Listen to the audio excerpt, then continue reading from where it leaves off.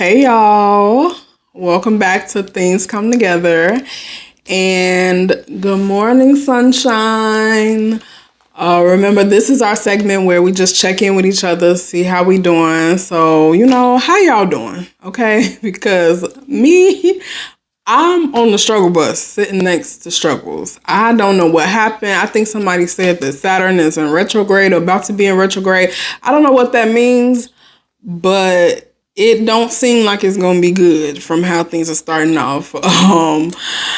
It's just a lot of stuff, like a lot of decisions that feel very important that I have to make right now. And I'm honestly feeling very stuck. And I used to be a very indecisive person.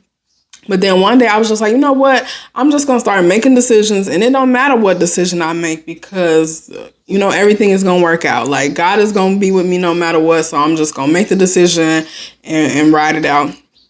And now I'm at this moment again where I'm just almost scared to move. Like, I'm like low key stuck because I'm almost scared to move because I'm like, I don't want to make the wrong decision. But that's what's going on with me right now. And hopefully by the next time we see each other, I will be in a different space. So yeah, let me know how y'all doing too.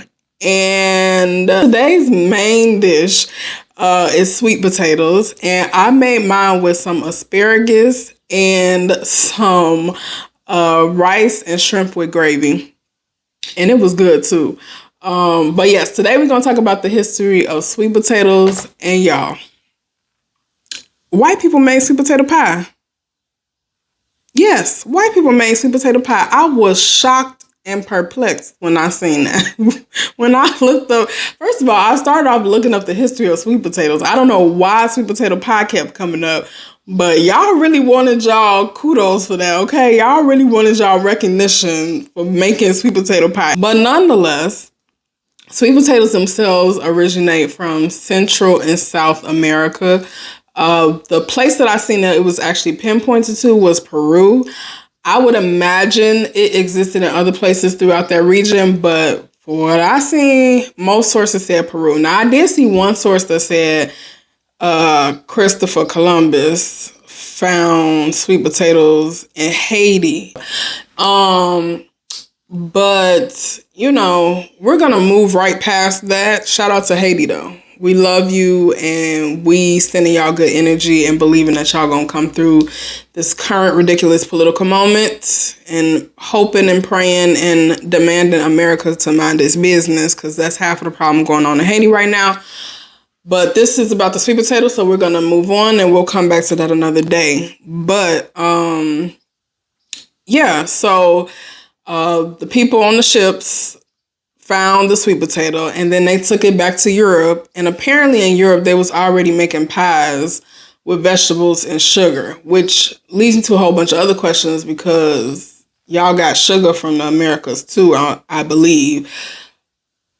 So many questions, but for whatever reason, they mixed the vegetable with the sugar and put it in a pie, and apparently that's how sweet potato pie was created. I believe in France. This is part of the origin story. And so as far as it coming to North America, the Spaniards, from what I saw, brought the sweet potato to North America. And also at some point it became like this North versus South beef, because the South was a better climate for being able to grow sweet potatoes. So it was more popular in the South, whereas because of that warm weather, whereas you couldn't grow sweet potatoes as well in the North. So that's why they did more pumpkin and pumpkin pie in the North. So the whole pumpkin pie versus sweet potato pie didn't come from us either. We ain't had nothing to do with that either. I don't know how we adopted so much of this history, even though I do know, and we about to get into that. But the point is, it's like, I was very perplexed. I did not expect this to be the history of the sweet potato. But nonetheless, it is. So yeah, once we got here, we were doing most of the cooking, because that's why they brought us here, along with other things that they wanted us to do for free. So that's how we started cooking the sweet potato, making sweet potato pies from them. But when the enslaved Africans went back to their shacks, they didn't have ovens. And so they had to find other ways to prepare the sweet potato. So this is how they started coming up with other renditions of sweet potato, which included pudding, sweet potato pudding. They also did roasted sweet potatoes, which is interesting because I did roasted sweet potatoes on the last episode and not even knowing that there was that connection there. But so roasted sweet potatoes, and then also the sliced sweet potatoes, which is what we're more used to, or like candied yams. I saw that George Washington Carver had the first recorded recipe for sliced sweet potatoes. And of course, we know him for being very famous for the different inventions using a peanut. And we also know that he was just actually an overall agricultural genius. So apparently he also recorded the first recipe for sweet potatoes. And I wanted to connect the sweet potato, of course, to the yam because we call them candy yams. And there is an actual yam, which more people are starting to know about. And I'm more familiar with the Nigerian dishes that use yam. So once again, forgive me. I'm sure there are other places in Africa, particularly West Africa, that use the yam. I just don't know as much about that, but I look forward to learning more, and you are always welcome to, share as much information with me as possible so that we can share it with each other. But yes, the yam is more like a white potato, actually, except for the fact that it's firmer than a white potato and it's larger than a white potato. And I mostly have had it, and actually have only had it, or not, let me say only, I only eat it when it's boiled. And I will have it in the morning with Nigerian style eggs, which I love, where they put the pepper and the tomato and the onions in it with some Maggi. And Maggi is basically chicken based, but nonetheless, that's how it's made. And so I love eating yam and eggs. And then I've also had it with fish and stew sauce. And it's kind of like if you think about pulled pork or pulled chicken, that's kind of how they do the fish, and they mix it with the stew and they put it with yams.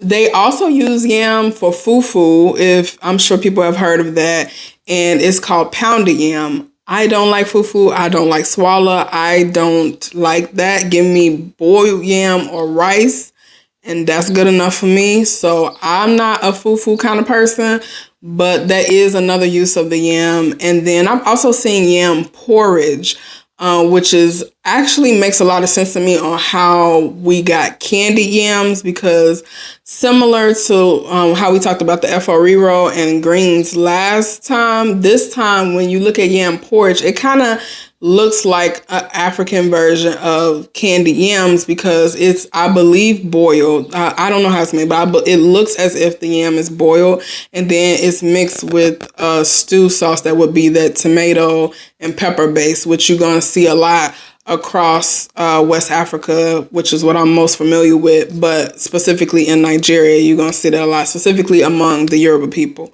So when you look at candy yams, it also has that sauce. It's just a syrupy, sugary sauce, which, because of course we know that sugar was so big in the U.S. During the time of slavery. So that is the relation between like the yam and the sweet potato.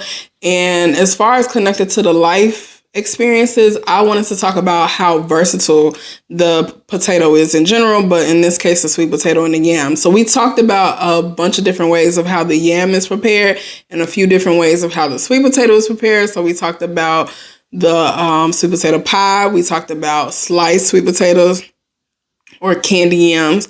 We talked about pudding and roasted sweet potatoes. You can also bake a sweet potato.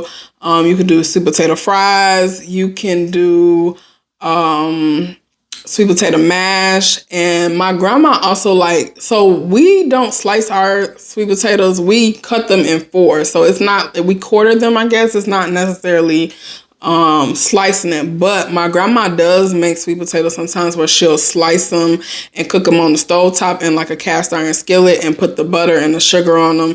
And it's more like a skillet potatoes, if I could compare it to anything, except for it's sweet potatoes and it's sweet and it's really good too. So is the sweet potato and most potatoes in general, most root vegetables are just very versatile. And, a lot of people know that I'm moving into this phase of my life where I'm doing many new things. And so I just want to talk about like some of the transitions in my life and how I have learned to be a more versatile person and how I have become more versatile over the years.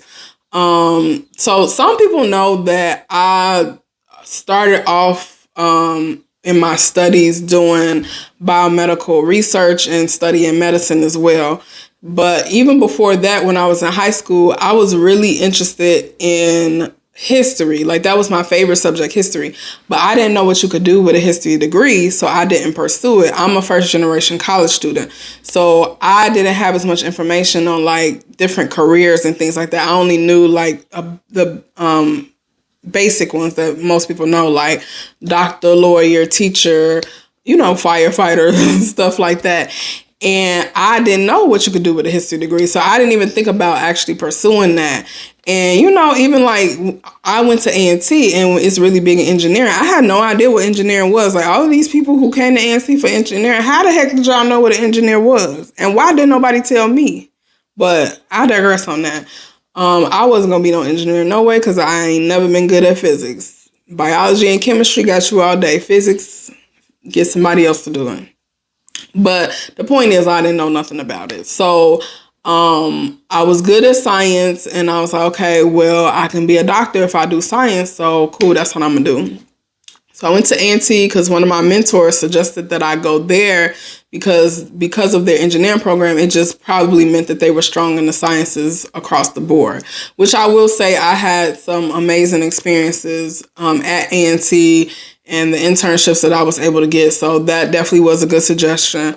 A&T is actually better in biomedical research, I would say, than medicine, and that could have changed over the years. So don't quote me on that for today, but when I was there, I would say it was much stronger in the biomedical research field. And so that's the path that I was kind of going down. But when the year before I graduated, and I talked about the story on my social media before that, my dad passed away that summer before my senior year. So it honestly like threw me off completely as far as after graduation plans and things like that. And also, like I said, I was a first generation college student. So I didn't know that we were supposed to have basically a job when we came back to school our senior year. And nobody informed me of any of this. Or the idea that like I should be preparing to go to medical school. Like I had no idea. So yeah, it was like I was like struggling, like heavily dealing with grief, struggling to keep up with just my coursework, let alone figure out what I was going to do after college. And I got to a point where I ended up using social drinking to cope with the grief that I was dealing with, basically trying to escape the pain. So I went out one night, got too drunk, drove, and got a DUI. And I was like shocked, honestly, because 2 years prior, I had interned at Harvard and we were at a presentation and they were telling us like the do's and don'ts of going to medical school, basically. And one of the things was getting arrested. And I just remember looking at the screen like, who would get arrested? Like, why would anybody be getting arrested? And of course, 2 years later, here I am getting arrested for a DUI. And, I still had opportunities to do medicine, still had opportunities to do research, but I had a mentor at the time. I had previously worked with her. She was the director of behavioral health services at A&T. And when I called her to tell her about what happened, she was like, do you know why this happened? Like, do you know how you got into this situation? And I don't even remember what I said, but I do remember her answer that I will never forget. And she was like, you don't know your purpose. Like, you aren't living a purposeful life. And so you are struggling, basically. So when she said that, it really made me reflect. And like, as soon as I got the DUI, I of course, got heavy into my faith and like started reading the Bible and just like going deep into Christianity. And, I had always been a spiritual person because I was raised in Catholic school, and when I was 17, I had a friend invite me to church, and I had a spiritual experience where I just felt drawn to it. And from that point on, like, I was a church girl. I was also outside, though. I was also very much outside. So I was one of those people that would be out till 3 o'clock in the morning, but at 10 o'clock, we at church, okay? And I was basically the church band at A&T, because I would literally wake up and get all my friends, and then we would go to church. And like I said, we would all be out till 3 o'clock in the morning, but we was going to church that next day. So when that situation happened, of course, that was the first thing I did, was like got heavy into my faith. And when she said that about not knowing my purpose, I was like, okay, let me think about this. Like, what is my purpose? And for whatever reason, like, Chicago was also very heavy on my mind too. And I'm like, okay, well, if I'm making bad decisions because I don't know my purpose, then maybe that's why things are the way that they are in Chicago. Because at the time, this is when Obama was in office, and the only thing that we heard about Chicago was the violence. And so for whatever reason, that came into my mind, because at this point I was not political. So I don't know why Chicago was so heavy on my mind, but for whatever reason, that's how it translated. Besides the fact that, of course, this is the hometown. But that is how it translated. And so I was like, okay, well, I want to come back to Chicago and help people find their purpose. Like, you know, we found our purposes, the city gonna become better. So again, because I was getting deep into my faith, when I came back, I was in church. And so I joined the street witnessing ministry. And I've talked about this too, that I learned very quickly that victims of the opioid epidemic and the crack cocaine epidemic know God very well, okay? And it makes a lot of sense, because when you're doing hard drugs, I'm sure there are many a times where you got to call on the Lord to pull you through.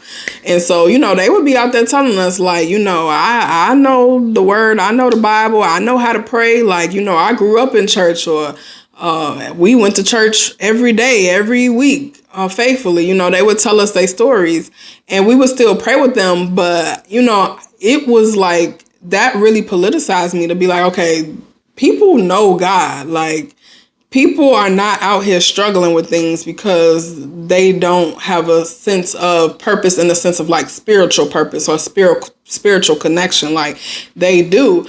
And then at the same time, I was like studying for my MCAT, the medical entrance exam, and I had the opportunity to work with young people to help them prepare for the college entrance exam. And when I did that, I was like, okay, this also feels similar to like what I'm feel connected and drawn to in this moment. So I reached out to see if there was anything else that I could do at that organization. And they created a role for me to continue working with the young people ongoing to help with like academic enrichment. And so once I got there, I began going to staff meetings and started to learn more about the political issues that was happening that were preventing people from being able to have the best quality of life, and was contributing to poverty and violence and homelessness in our city. So I'm starting to learn more about this, and I'm like, okay, this is closer to like how we start to fix things. Like, of course, we gonna pray down, but we gotta deal with these things in the physical realm too. So that's when I started getting deeper into political work. So that was really my transition from science to political work. Like, I had came back to Chicago. I was still studying for the MCAT. If I was really interested, I would have continued that path. But I just have to be honest with myself. Like, I'm good at this, but I'm not passionate about this. And, you know, I feel like nobody told millennials in particular that passion don't feed you. And so for whatever reason, most of us follow our passions. And at the end of the day, I'm still glad that I did it, because it's the work that I was meant to do. But yeah, it was an interesting transition. And I had to follow my gut on that too. Like, did not receive a lot of support for making that change. But I knew it was what I was supposed to be doing. I knew it was what I was drawn to. So that's what I did. And now at this current moment, I'm going through another transition, and it's really interesting because I feel that same like insistence and like assurance that this is what I'm supposed to be doing, but it is not an easy transition. It's really not. But all that to say is, like, you know, I've been able to be in these different spaces and do these different things, and very, I'm political, so I can have those conversations with you when the time is there. But I also enjoy being social. I like going out. I like having drinks. I like being with friends, good people, good food. I like to, do my 1-2, get a little twerking every now and then. And I just want to say, on behalf of all people who do political work and you see them outside, do not talk to us about nothing political. At least don't talk to me about nothing political. But I think I can say, for many of us, do not talk to us about nothing political. We don't want to talk about that, okay? We want to listen to this song, eat this food, and have this good drink. That's what I want to do, okay? I literally hate, people don't do it as much now, but I usually would hate when people would, come up to me in the social area and want to talk politics. And maybe I'm just not a real organizer, but, I don't want to talk about that right now, okay? I do that work all the time. That is never-ending work, literally never-ending work, weekends, nights, mornings, no lunch. Most people doing that work don't eat lunch, okay? They don't eat, okay? They surviving on fumes and politics, okay? So when I'm not in that space, I don't want to talk about that. I want to have a good time. I want to forget about the world for just a second. So, yes, I can be versatile in that sense. And in general, organizing has made me Baby D. I can literally do any and everything. I have learned all kind of skills that I never thought I would learn. I became a graphic designer very early on when I started organizing because I had to make some flyers for people to come to the meeting. My people skills went to 1,000 because I had to be able to talk to people and understand people and also share my story and relate to people and connect with people in order to build and understand what issues were affecting them. I know how to advocate for policy. I know how to shape policy. I know how to create democratic processes. I know how to listen and to make sure that we're getting the input of everyone, and that people feel valued when they come into a space. I know how to finance a construction project. I almost know how to build things. Not really, but the point is that organizing has taught me how to do many different things. I have become a very versatile person. It has taught me things about myself that I didn't even know. I didn't know that how my mind was so strategic. I'm a strategic thinker. I didn't know that as much until I came into organizing. But yeah, I've learned so many different skills. I've been able to be so versatile, and I'm excited to I've said this before. I said this last time, new beginnings. I'm excited to go deeper into this and stay consistent with it too, because this whole being more present on social media, this is not my vibe. I enjoy being a recluse for most people, okay? I enjoy coming on, sharing my spiritual thoughts every blue moon, my political thoughts every blue moon, and going about my business and being a human outside of the internet. But this is something that, I have been saying, have been on my vision board and wanted to go from consuming a bunch of content to creating some content.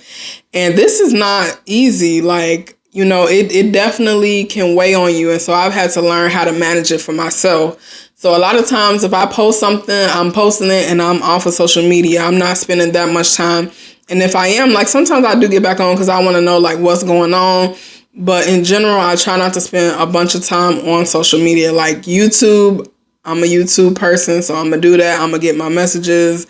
I'm going to learn something, things like that. But as far as being on the social medias too much, I try not to be, because it can be a lot. It can be a lot, especially now because the world is all over the place. There's so much going on. And I want to be tapped into what's going on, but I also want to be able to manage my mental health. And so I try to do a good job of balancing it. But yeah, that's the versatility, and I, want to encourage y'all. And I hope that more people are being open to their versatility too. We are all amazing people. Y'all are amazing people. Y'all know how to do so many things that people don't know about, or you haven't allowed yourself to open up to do. And so just encouraging, try something new. Like our girl Tabitha said, try something new, or bring old talent to the forefront. You never know how that can inspire somebody else, or you might have a service or a good that can be useful for somebody else. So I'm putting that energy in there and putting that push for you to explore your versatility as well. And I'm going to continue to explore mine. Like, I'm sure there's so many things that I don't even know that is possible. So, yeah, we are like the potato. And for Don't Be Rude, y'all know we got to talk about Kendrick, okay? We have to talk about the pop out, okay? We have to talk about Juneteenth, okay? So, I'm not going to front. I was not checked in to this beef until the pop out, until Juneteenth, okay? And I made that very clear. I made it very clear that I was not checked in. And I had to really go back and figure out, okay, like, why wasn't I checked into this?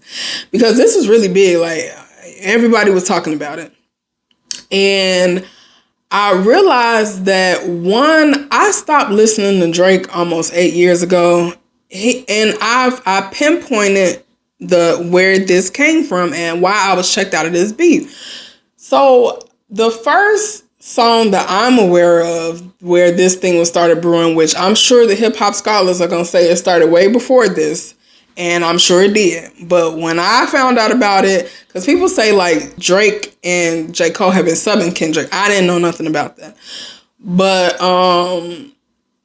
of course, when the song with Kendrick and Future and Metro Boomin came out, and Kendrick was on there like, ain't no big three, it's just big me.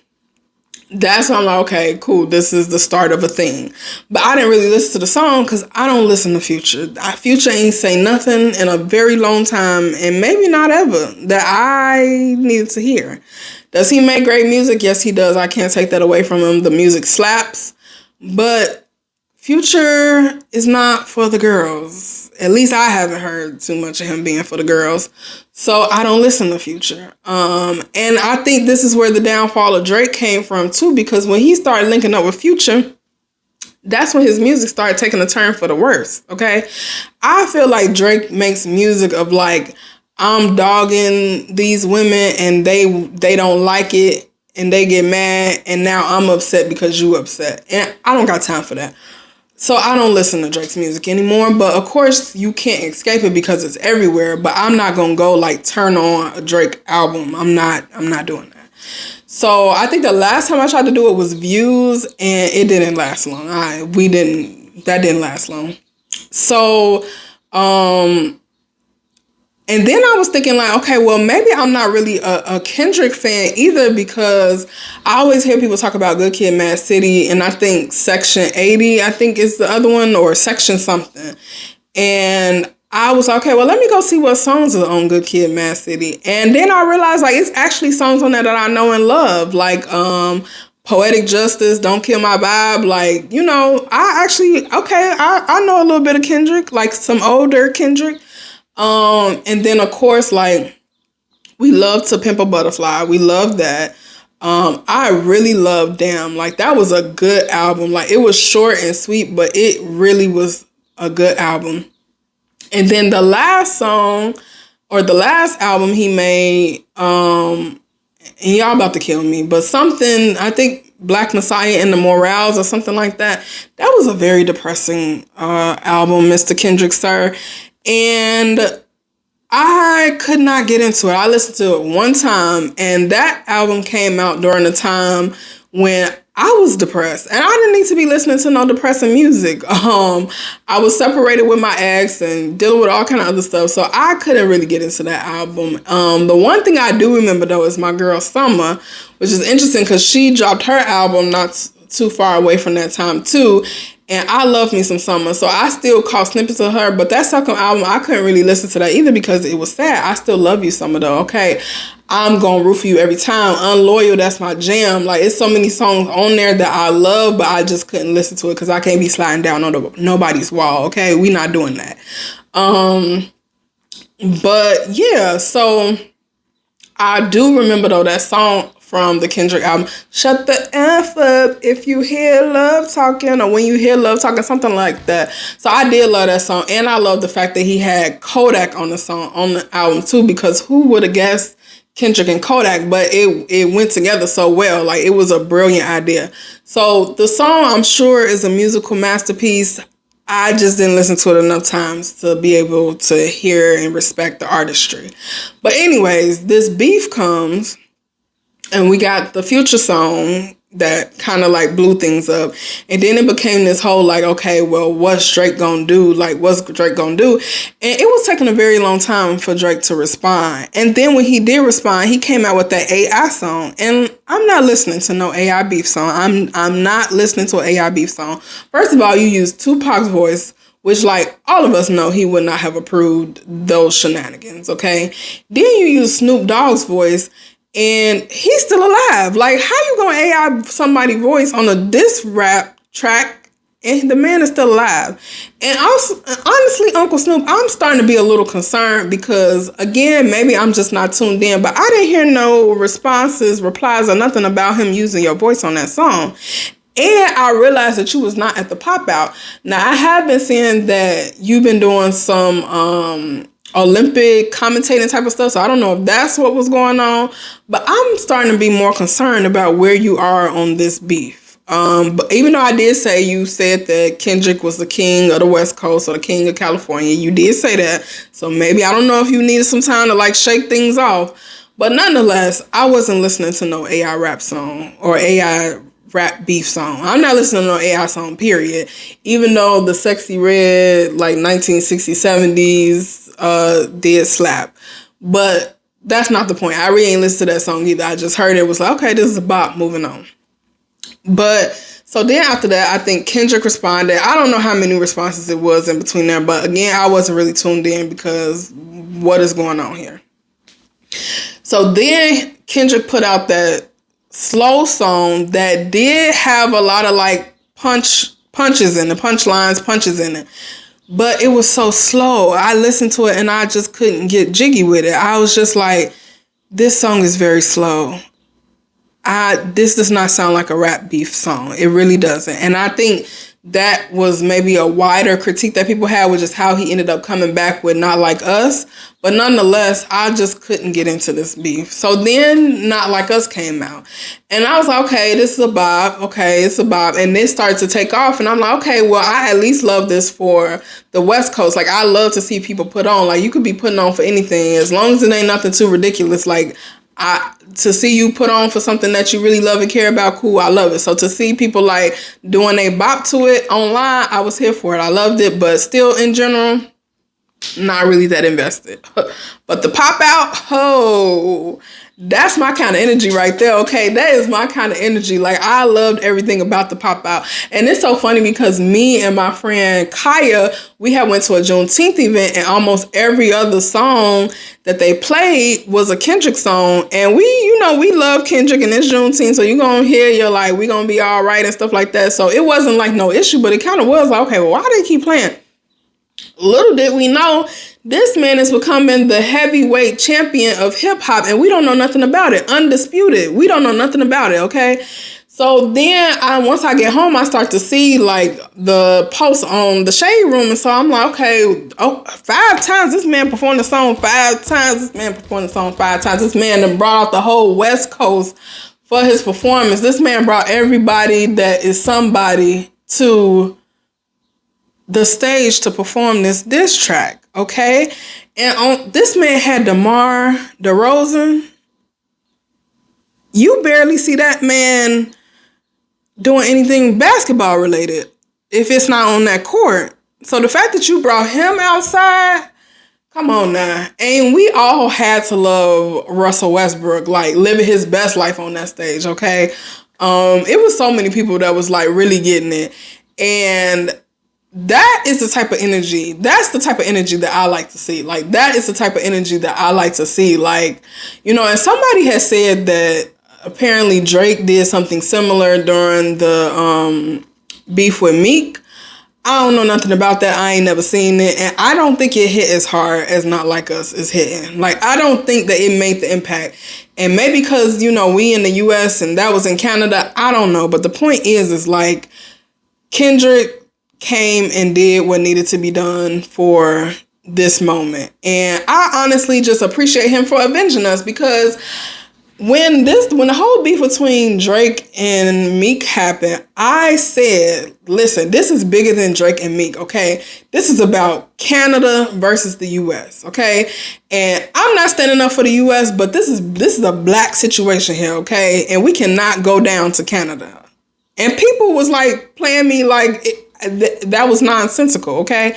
And based on them raps that Mr. Meek put out, it was a little nonsensical, but we're going to move past that, okay? Because I'm going to be a Meek fan no matter what, okay? Even despite Meek, I'm going to be a Meek fan, okay? Because I just love the way that he rap. I love his energy. I love his voice. I love his hunger. Like, you could tell, like, he really wanted this and he came and got it. So, again, I love when people put on. I love to see people heart.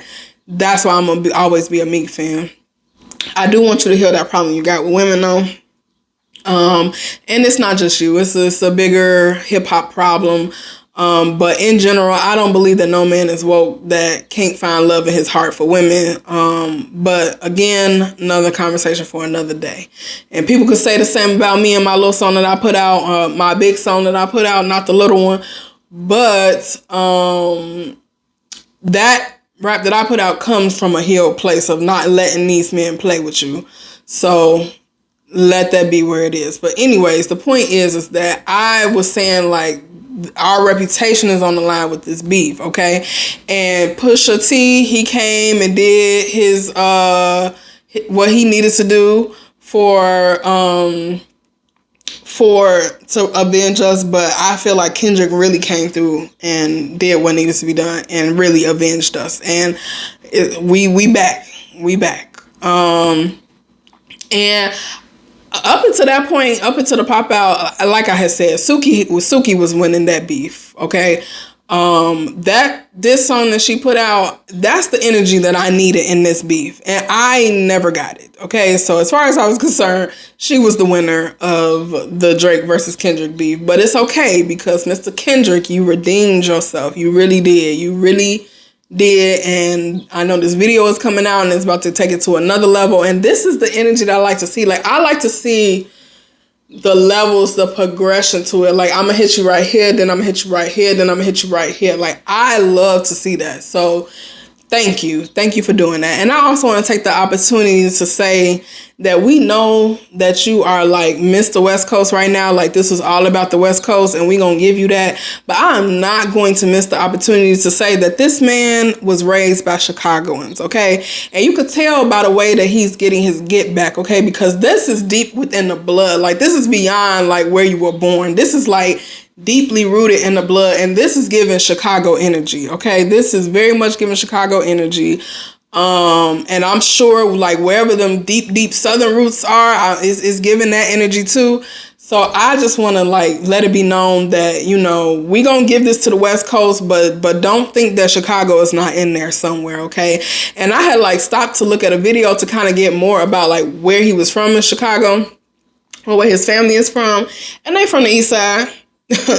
They from the East Side, and I'm from the low end and the East Side because when I was born and raised on the low end, but when I was like 12, we moved over to the East Side.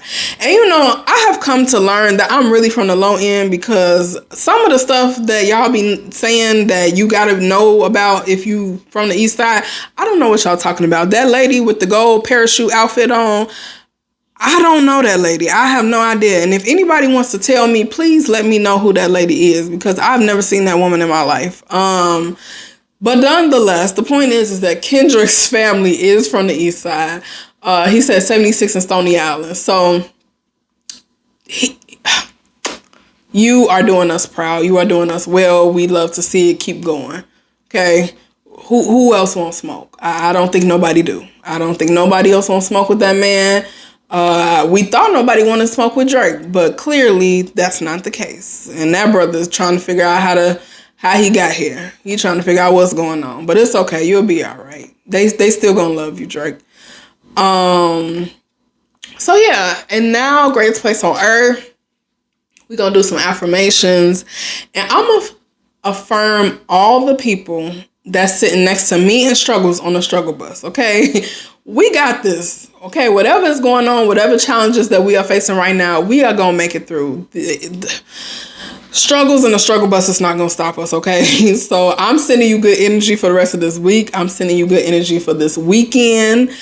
And until I see you again, and I can't wait to hear good reports and come back and give my good report about how I made it through and how we made it through this current moment. So y'all take care until next time.